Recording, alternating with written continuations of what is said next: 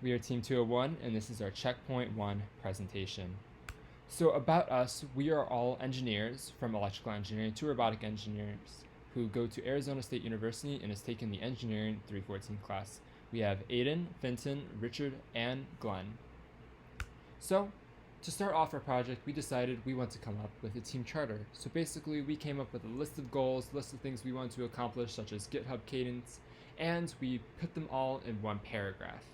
We definitely had to narrow it down a little bit because there's a lot we want to do, but overall, we are very proud of our team charter. So after that, we decided we want to come up with a mission statement. And our mission statement is to create an effective product that will accurately and quickly collect weather-based data. This is basically just a summary of everything we want to accomplish in one thing, so people who get to know us learn from one statement what we are and what our goal is. So, our three concepts that we currently have for this project. So our first concept is a weather balloon, where basically the device goes up into the air attached to the weather balloon and collects data from varying altitudes. Once the user is done with it, a string cuts the balloon off and the device comes down and ultimately lands safely. We like this because there's a controllable altitude, it's very visually appealing and understanding to an average person, and there's just a large variety of things we can do with it. However, the cons are the reusability balloons would be outrageous with all the testing we have to do and demonstrations, and the safety of devices, because if one thing happens on descent, the device is screwed and it won't work anymore, and we can't have that. So our next concept is a water buoy, which basically just takes water into the sensor and collects physical samples, whatever we need, and then filtrates the water back out. We like this because it's easily recoverable and we have physical samples to show whoever wants to see it. Some cons with this, however, is it is water-based, and whenever you do something with water, there's always a very high risk of damage to those electronics. And it needs to be anchored, and with a large design, it's just not very convenient to lug around or put in place. Our third concept was very similar to the weather balloon, but we put it on a drone, which gets rid of the balloon part and the dropping it part. However, it is very expensive to have a drone, or if something happens to the drone, it'll most likely go outside of our project budget, and we don't want that. And also, there are altitude limits with drones, and wind can easily damage the drone and damage our PCB in the process. But we still like the idea, and it's definitely something we are still gonna take a look down the road, see if we can figure out those problems. But you're probably wondering, how did we get there? So we did some user needs to figure out what users like about weather sensors.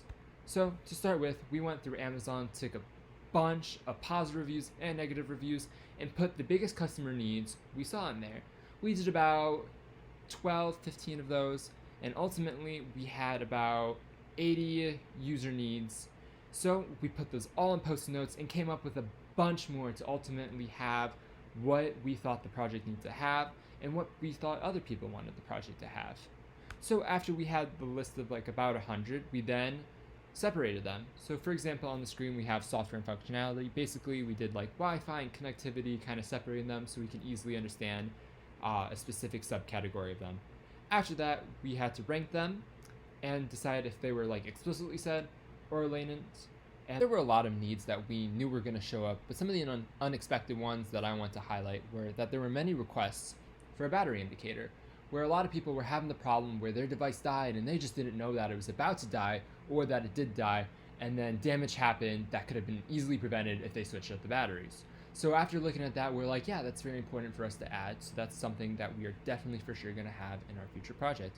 And another issue that we saw is kind of a dual-edged sword, right? You have a lot of problems when the sensors are moved frequently, but and then when you focus on that, then there's no portability to the project. So we're going to try to find a way to have both of those work where you can move it around, but once it's in a place, it stays and it doesn't move, and you can get those accurate readings. So after we did the user needs, we did project requirements. So some standout requirements that I want to touch on is that the device needs to be relatively inexpensive to purchase and should have a lifespan of at least multiple years. We also wanted to have a long range of connectivity and clear and intuitive interface. And there's a bunch of other things I have on the slide that we also thought were important, but those were the four main ones I believe that we wanted to have. So after that, we had to do design ideation to come up with our ideas and the three concepts you saw earlier. So how we did it is we just did idea generation. We took an hour and we brainstormed all the ideas we can thought of, We had no wrong answers, no mean criticism or anything. We were all very supportive of our ideas. And we did about 25 notes each, 25 ones that we thought were worthy, and we put them all on a whiteboard. We did sticky notes because it's always increased productivity and it allows us to take a visual view of all of them.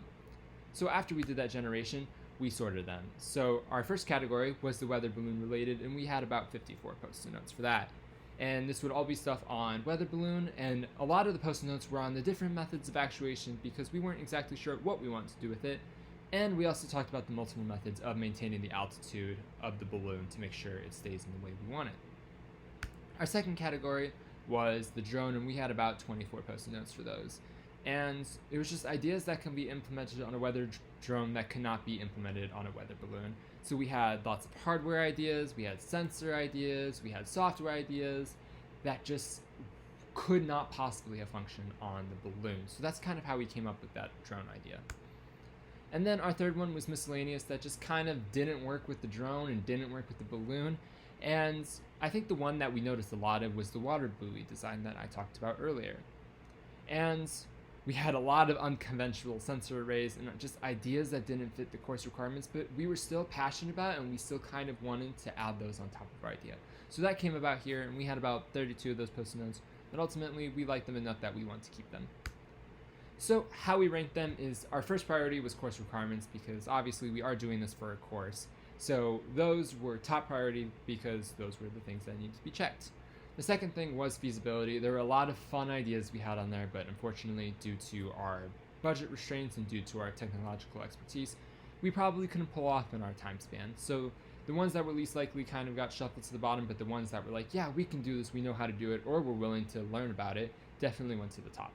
And then, as I was talking about earlier, cost was a big factor. If it was an expensive material to buy or produce, we just kind of moved it to the bottom because as cool as it would to have higher technology, ultimately we do have a budget and we do want our project to be relatively cheap.